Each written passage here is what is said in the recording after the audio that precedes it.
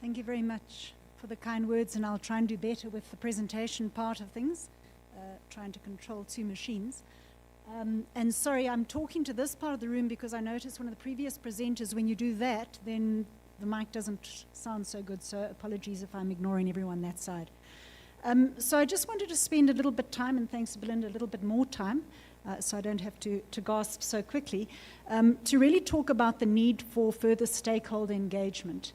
And so just to put a bit of context, I've been kindly introduced as being from the JSE, but to sort of take that a step further. So I'm actually sit in the Issue Regulation Department, and we are the listing authority from the JSE side of things. And so the question you might ask is, well, why was the JSE doing research in the first place? And we actually did two bits of research, the one being the cost-benefit analysis that I shared with you, but the first part of the project was really Genesis had a look for us to see what the competitive landscape was in terms of what other stock exchanges were doing internationally, where their part was playing, where sort of sustainability disclosures or regulation was coming through. Was it at a national level? Was it at sort of a regulator level, etc.? And really the reason why we thought this was very important and critical is in terms of our obligation to act as a responsible listing authority. I think you probably would be deaf and blind if you weren't aware to a lot of noise in the market about concerns about cost of regulation and is regulation fit for purpose. And so we thought that it's very important to come equipped with this type of information. The sustainability journey is here, and we need to make sure that we plot it in the most appropriate way, what's fit for purpose from a South African capital market perspective. And I see the slides have jumped ahead of me already this time. So if I can then focus on, from this perspective then, to have a look and see that, so we've spoken about the cost-benefit analysis, and I've really just tried to pick out some of the points from that last page of the research, and really that report highlighted that there is a need for further research. First of all, from an architect survey perspective, so are these architects making sense? Is a person a beginner? Are they an advanced reporter? Where would our universe of listed companies fit? From that, one could also then roll it out further as a separate step. So, for example, if you take a step back, and from we've heard some very interesting points being made from the value proposition for other regulators, to have a look and see what would the cost to the economy be. So not just the listed space, but if we're looking at this economy-wide, what would the cost to the economy be to the extent that one rolls this sort of disclosure across, for argument's sake, all companies. So to really understand that net cost to then weigh up the benefits. Certainly the research, they flagged the need for deeper data collection costs and sector-specific complexities, and finally, and very importantly, the nuances of the unlisted SME space and how that plays into the sort of analysis that we did. Next slide.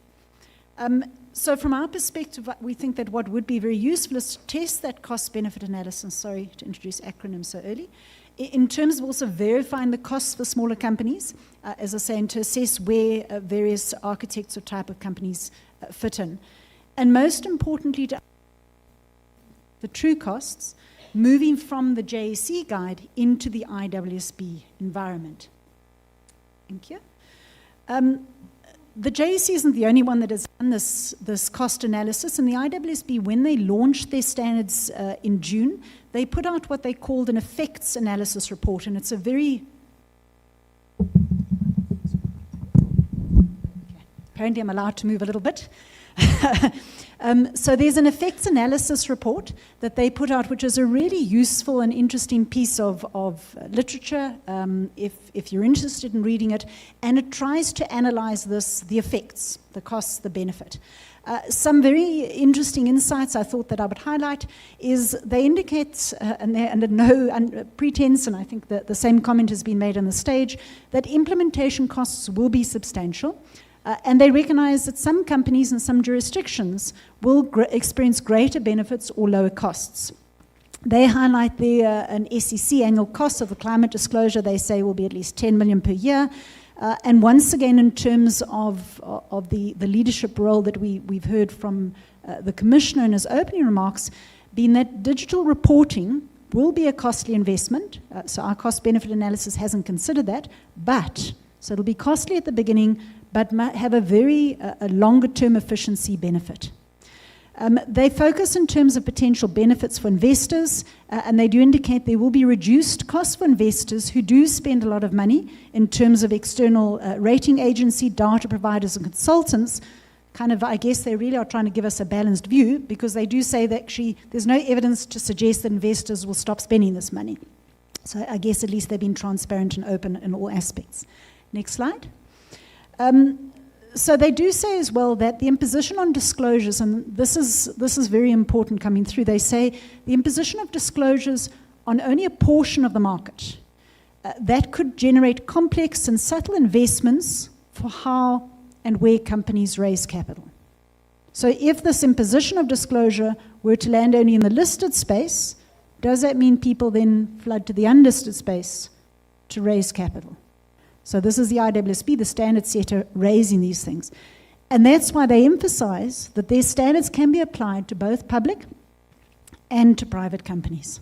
Next slide. There was an interesting study, and obviously this is a new and evolving space, but in that report, and I haven't included the reference, but once again, I'm sure the geeks will go and read all the detail. So there was a study that was done in 2022, which highlighted the contribution of private companies to climate change and the relevance of climate risks for them. In that same research, going on to focus on the practice of public companies selling their highly polluted assets to the private companies, and that risk and the unintended consequences in terms of where one potentially directs this disclosure. And so they close and saying, well, not close the report, but this particular study, saying these studies suggest that uneven disclosure regulation across jurisdictions and across public and private markets can distort capital allocation decisions, as well as the management of sustainability-related risks and opportunities. And we heard from the Prudential Authority in terms of their importance in terms of managing these sorts of risks. Next slide. And so in terms of a state of readiness, we do think that it is important to have research to really assess the state of readiness of companies that fits into understanding where in the architecture they sit, as well as ensuring that disclosure is targeted at the correct level. Now, my own view is that South Africa is behind in the journey of sustainability disclosures. Indeed, opening address did mention that integrated reporting will assist in that journey. But I do believe that our transition, as it were, like any transition, is going to be more painful than other issuers or other jurisdictions, particularly those that currently apply TCFD, and we do know we have some reporters who apply that, as well as the SASB. It forms a far easier base for companies to move than our current integrated reporting framework, and I know we'll have some feedback from Lee in terms of that. So integrated reporting doesn't mean that you've got sustainability reporting. They are different. And so we will have a little bit of some more pain to go there. And so we want to make sure that we pitch where these disclosures are going to land at the right level. We don't want to set people up to fail. We don't want to make it so difficult to comply that people just don't comply, and that the regulators can't do anything about it as well. So we do think it is very important to do further research to make sure that we hit the right sweet spot. Next slide. Slide, yep. So companies are at a different stage in their reporting journey. Hopefully that architecture's indicated that for you. And they're going to need to build capacity and data and systems. Very importantly, regulators are going to have the capability and the ability to ensure compliance. And whilst some companies are already along this journey, from a regulator perspective, we're starting at a zero base. And once again, we need to make sure that the regulator is capacitated to be able to take this journey. Assurance, you'll see I've already made mention of assurance as an enforcement tool. That needs to come through. We need to have it, as well as to give credibility and trust for the figures to investors. We know that the auditing standards are going to be coming, and those are open for consultation. Finally, and most importantly, investors also need capacity building, failing which there's going to be no benefit for them. It's all very well saying, investors, here's the data, go and get it, Do they know they can get it there? Can they understand it? Are they going to continue to pay the likes of data aggregators to interpret that information for them? So we need to make sure that all the parties in this journey, companies, regulators, the assurance providers, as well as investors, have time to capacitate themselves, and that means making sure that they're in a state of readiness. You're ahead of me now. I'll raise my hand. I don't know if it's trying to rush me along. We've spoken about the IWSB standards, and that's really what we're here to talk about. But I don't think that we should shy away from creating IWSB for South Africa. And I know everyone's gasping in this room. We want comparable standards. Absolutely, we want comparable standards.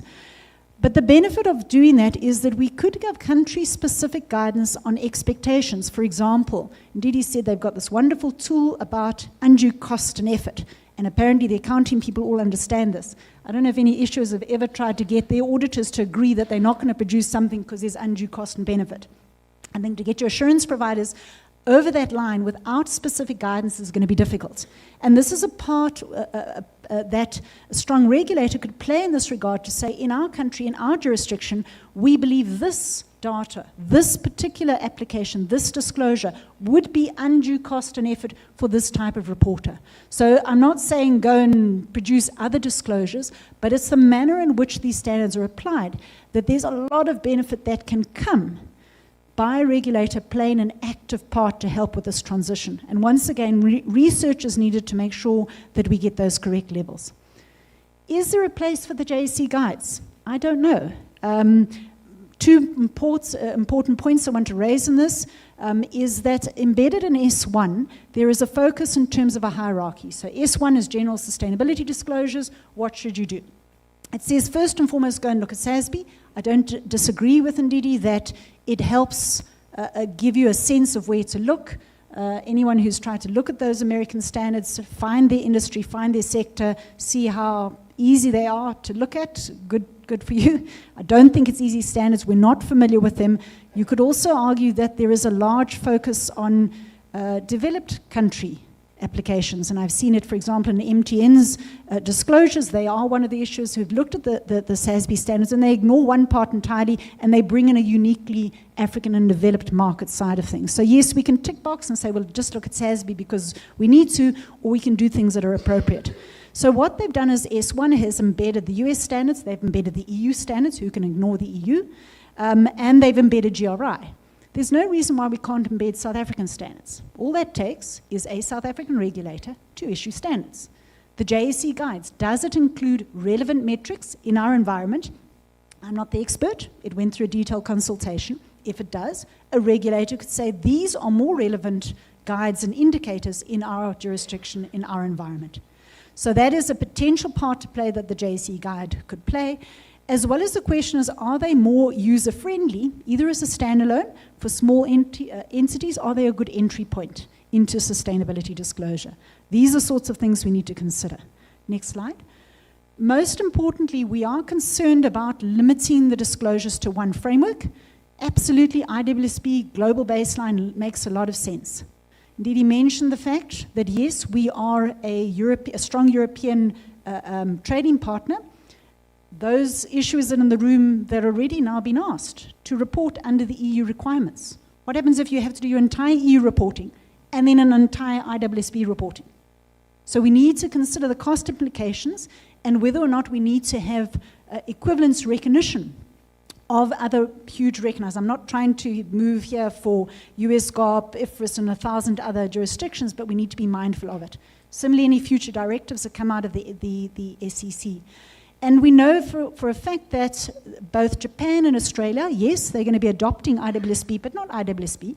It's going to be IWSB for Japan, IWSB for Australia. And we already live with that in the accounting world where people know there's Australian IFRS, there's European IFRS, etc. It's acceptable. It's not to say there are major deviations. But as a jurisdiction, we then have control over dealing with proportionality, dealing with our unique South African instances in terms of how it applies and who it applies to. And once again, we believe that more research needs to be done to make sure that we get that correct level. The next slide I just wanted to spend a little bit of time is what is the objective for sustainability disclosures? So absolutely from an investor perspective, the world is looking to have one consistent framework for investors. So instead of the 5 alphabet soups that you have, if you're reporting to investors, here it is, one particular disclosure, one particular standard. We've heard from the panel discussion beforehand in terms of other reasons why you might want to have sustainability disclosures. From a Prudential Authority perspective, they're worried about systemic risk. And the reason, I'll go through some of the others as well, the reason I want to flag this is we need to make sure that whatever sustainability disclosures we focus on, it doesn't just serve one objective, that it serves everyone's objectives. If we look from a policymaker perspective, there is that commitment that we have to reduce our emissions. How do we assist that regulator in fulfilling their objectives? We already have climate disclosures that have to go through to forestry and fishery for taxes. How do we align those disclosures? So if we're trying to make it a business user-friendly environment, there are benefits because I have to report my emissions to another regulator. Can we not align those so that people do it once? And that's where we talk about some of the benefits. If we can get the objectives and have a true understanding of the objectives of these disclosures that we want to bring through from a company perspective. Directors' fiduciary responsibilities. Once again, from a Companies Act perspective, looking and their obligations to look at risks and opportunities. Transparency, accountability, calling out people who've, sorry, excuse the slang, they messed things up. But so we shouldn't just go into disclosure for the sake of disclosure. Let's make sure we have an objective that aligns to as many regulators as possible. And I think we have a wonderful opportunity. We're starting off from a base to make sure we bring everyone together, make sure these are the disclosures that suit everyone's purpose. Now we can start seeing the benefit. Now we can see that benefit coming through. In terms of who should these disclosures apply to, so once again, the same message that I'm bringing through, we need to make sure they pitch the disclosures at the right level, weighing up the costs that will come to the benefits that will come to those particular companies. Very importantly, from an international perspective, and I think there's a lot of rich information that's out there. I didn't want to completely burden my presentation, but you'll see that the various jurisdictions are looking at indicators of market cap, turnover, gross assets and staff, or number of employees. And they're basing it either normally on 2 of those metrics to say, we're going to impose the sustainability disclosures to start with at big numbers to start with. Sometimes then moving down to smaller numbers. They're also potentially looking at sectors. So if your objective is climate emissions, let's tackle the big emitters first. So it's not a one-size-fits-all. And I do believe that our Companies Act PIE score needs a refresh. I think it's set too low if one is going to pick that. If we look internationally at what companies are doing. For example, I mean, the EU's got publications about this, Australia, the UK has gone through, and I picked up, apparently there was New Zealand as well as a matter of interest. Their disclosures are targeted at their top 60 companies, and actually only, I think, 12 of our companies even fit within that category on the listed space. So we need to make sure and do proper research to make sure that we target the high-level disclosures there. The IWSB pathway document, so the IWSB has been very active in capacity building and education, which is great. They've issued a pathway document that came out the same time as their IOSCO endorsement and said, well, if we're going to help IOSCO with endorsement, where do we think this should be pitched? And they're very clear that the benefits, the biggest benefit, are for deep, large, liquid markets. So from a capital investment perspective, those are the parties that would see the most benefit. Once again, so we need local research and analysis. In terms of that rollout internationally, they first have targeted the large entities, and then following up with medium-sized entities 2 or 3 years later. I've seen in the Australian consultation document, they're saying we'll consider in 3 years' time whether we're going to do medium-sized companies. Comply or explain. So that's an interesting one, and I think probably a long debate on its own. Certainly our research, our first research document that I referred to, the message we got loud and clear was comply and explain is a great route. It helps people journey. It helps the right people do it. The focus will be from investors who wants it. An investor's not going to say, well, actually, I'm going to let you just explain your way out of this. The challenge with it is the inconsistency that comes, that you don't have the same metrics that are coming through.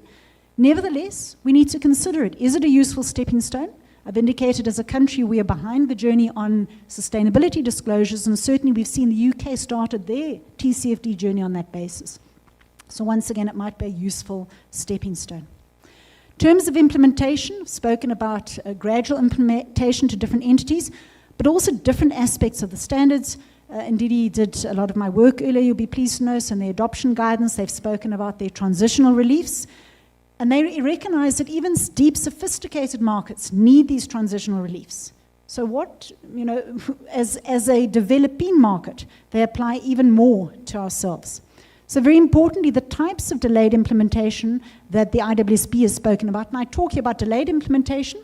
Do we talk about delayed implementation or very long, i.e. maybe never implementation? That's a different debate. There's S1, delayed implementation. It's not just such an easy step. Transitional relief on the Scope 3 emissions. And this one is something that's very close to my heart from a listed company perspective, is relief to publish sustainability disclosures simultaneously with the annual financial statements. Companies that are not listed publish within 6 months. We've had, and correctly so, there is a desire of investors to get financial information quickly. A large part of our market, if not most of our market, does not publish their financial statements at the same time as they do the integrated report. And to do so, they're going to have to capacitate. We've just made current listing requirement changes to assist with this. It means they're going to have to double their finance department to get things out quickly. So once again, transitional relief, maybe even for smaller companies, permanent relief in terms of publishing the same time. To do that, you're not going to be able to comply or be able to claim compliance with IWSB unless you're claiming compliance with IWSB for South Africa. So as developed markets, we really should look to extend some of the periods of these reliefs, and we really need to determine the right landing place for this. That was it, not necessarily questions.